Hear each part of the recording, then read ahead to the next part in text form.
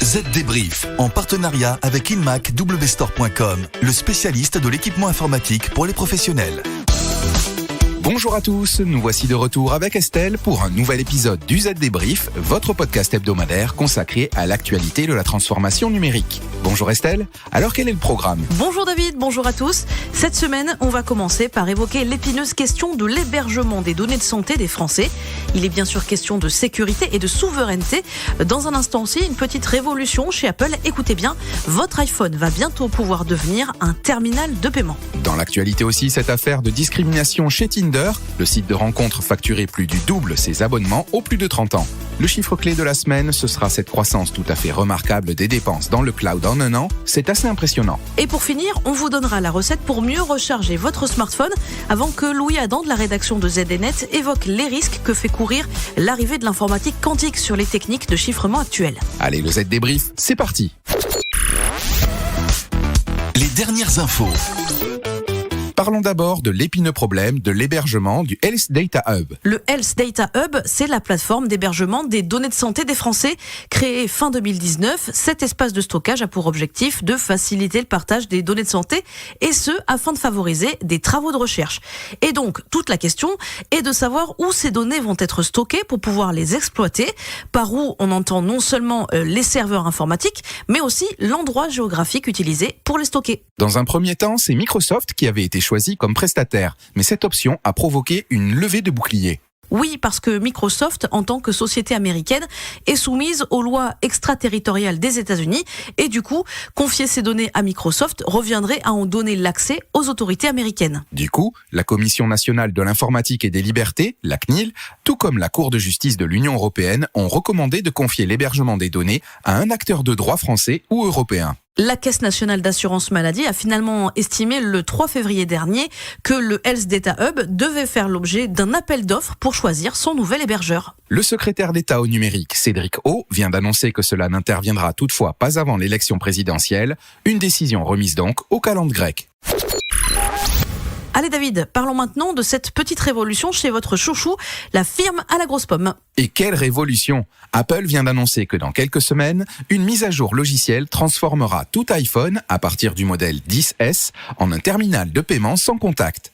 De quoi révolutionner les paiements dans les commerces, mais aussi pour les professions libérales, voire entre particuliers. Grâce au nouveau service Tap to Pay, ils n'auront plus qu'à tendre leur iPhone pour encaisser leurs clients. Le service FinTech Stripe sera la première plateforme de paiement à fonctionner avec Tap to Pay via l'application Shopify Point of Sale. Et les utilisateurs pourront accepter les paiements provenant d'Apple Pay, mais aussi des cartes de crédit et de débit équipées d'une puce NFC. Et Samsung Pay et Google Pay pourront aussi être utilisés. On n'arrête pas le progrès.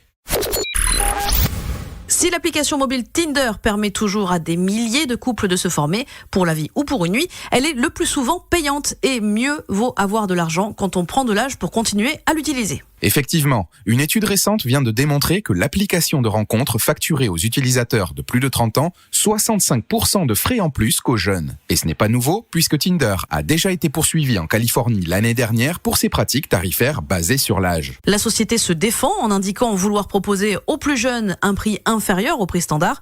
Pourquoi ? Eh bien pour rendre Tinder abordable pour ceux qui sont étudiants ou au début de leur carrière. Mais ce noble argument s'est retourné contre la société. Elle est accusée de discriminer ainsi les utilisateurs les plus âgés. Tinder a du coup annoncé cesser cette pratique de rabais vers les plus jeunes aux États-Unis, en Australie et au Royaume-Uni.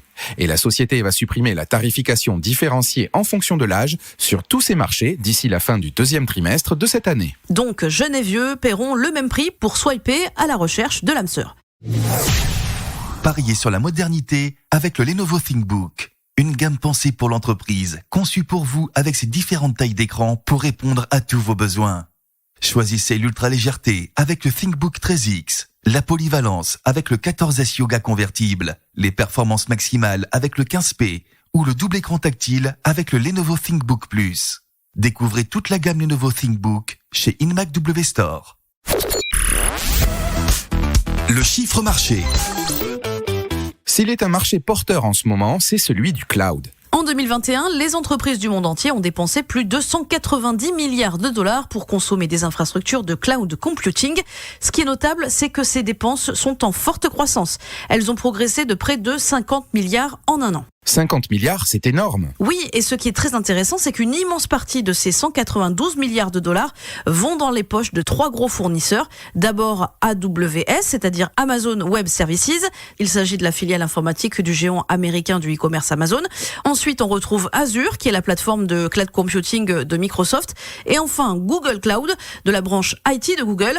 Bref, là aussi, on retrouve encore et toujours les GAFAM. Et ce n'est que le début, visiblement, car les recettes de ces 3 sociétés ne cessent d'augmenter. Certains analystes estiment que le métaverse et les technologies connexes de réalité augmentée et de réalité virtuelle vont fortement stimuler les dépenses en services de cloud au cours de la prochaine décennie. Ça peut toujours être utile. Allez, maintenant la recette de la semaine, on vous dit comment mieux recharger votre smartphone. Vous pensiez qu'il faut recharger votre smartphone toute la nuit pour rallonger la vie de sa batterie? C'est effectivement mon cas. Eh bien, rien n'est plus faux. Il y a quelques mois, j'ai pris conscience qu'il était absurde de laisser un appareil en charge toute la nuit. Avec un chargeur rapide sur les appareils haut de gamme, vous pouvez obtenir une charge de 50% en 30 minutes environ. Les laisser brancher toute la nuit me semble désormais idiot. Surtout que laisser une batterie en charge alors qu'elle est pleine n'est pas spécialement recommandé pour la santé de la batterie. Mais alors, vous faites comment ? Eh bien, plutôt que de charger en une seule fois la nuit, je vous propose de le faire à 2 reprises dans la journée. La recette, la voici. 30 à 45 minutes de charge le matin, après le réveil, alors que vous buvez votre café et que vous êtes sous la douche, voire même en voiture. Et puis, une autre charge à 30 minutes environ vers le milieu de l'après-midi, si et seulement si c'est nécessaire. C'est vrai que les nouveaux chargeurs sont aujourd'hui plus efficaces qu'avant. Allez, je vais essayer, puis je vous dirai. Le zoom de la rédac. Allez, pour finir, le zoom de la rédac, c'est certainement la prochaine révolution dans le monde de l'informatique. Depuis quelque temps déjà, de nombreux chercheurs se penchent sur l'informatique quantique, dont l'une des promesses est de faire exploser les puissances de calcul connues jusqu'alors, au point de faire trembler les spécialistes de la sécurité informatique, appelés les cryptographes. Pourquoi et comment? C'est Louis Adam de la rédaction ZDNet qui nous explique tout cela en détail. La cryptographie, cela n'a rien de sorcier. C'est l'ensemble des techniques qui permettent de dissimuler un message et de s'échanger des données de manière confidentielle. La technique la plus utilisée pour cela, c'est le chiffrement.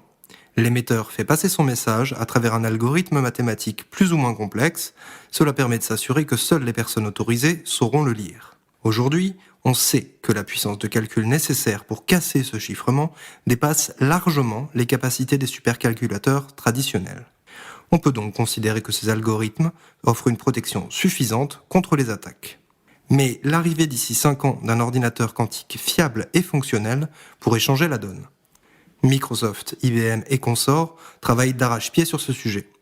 L'idée n'est pas de produire un ordinateur plus puissant qu'un ordinateur traditionnel, il s'agit plutôt d'un ordinateur particulièrement efficace pour réaliser certaines tâches bien précises. Et l'un des points forts de l'ordinateur quantique, c'est sa capacité à casser les algorithmes de chiffrement actuels. Dans les années 90, des chercheurs ont mis au point des algorithmes quantiques capables de casser la protection des outils de chiffrement traditionnels.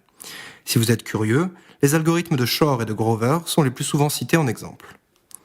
La seule chose qui manque à ces algorithmes, c'est un ordinateur quantique capable de les faire tourner. Et cette perspective devient de plus en plus concrète. Alors que faire? Faut-il tirer définitivement un trait sur la cryptographie? Pas tout à fait. Plutôt que d'attendre sagement la fin du monde, les chercheurs se penchent sur l'élaboration de la cryptographie post-quantique. Ils développent des outils de cryptographie capables de résister à une attaque menée par un ordinateur quantique. Clarifions un aspect important. Il ne s'agit pas d'outils cryptographiques qui auraient besoin d'un ordinateur quantique pour fonctionner. Ces algorithmes pourront être exécutés sur un ordinateur classique. Simplement, ces nouveaux algorithmes de cryptographie utilisent des fonctions mathématiques différentes, des fonctions mathématiques que l'ordinateur quantique n'est pas en mesure de casser facilement. En 2017, l'Institut des standards technologiques américain a lancé un challenge mondial pour identifier et tester ces nouveaux algos qui résistent aux attaques de ce type. L'objectif est de disposer d'outils pour protéger les données face à un attaquant qui aurait accès à un ordinateur quantique. C'est donc une course contre la montre qui a lieu entre les cryptographes d'un côté et les chercheurs en informatique quantique de l'autre. Ok, c'est compris.